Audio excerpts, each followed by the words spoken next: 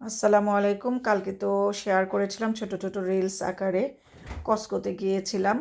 তো কস্কো থেকে এমন সুন্দর সুন্দর বাংলাদেশি বেগুন নিয়ে আসছি। এখানে 1 কেজি বেগুন আছে।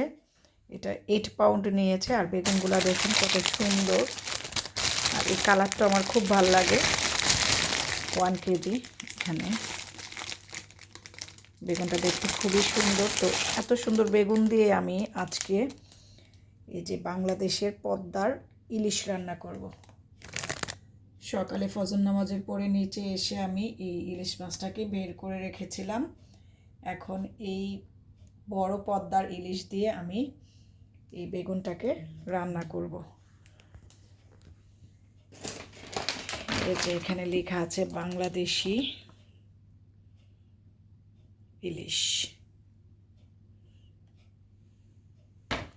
তো ঠিক আছে, এখন আমি এই ইলিশটাকে কেটে নিয়ে ইলিশটা দিয়ে এই মজাদার কস্কোর বেগুন দিয়ে ঝোল রান্না করব।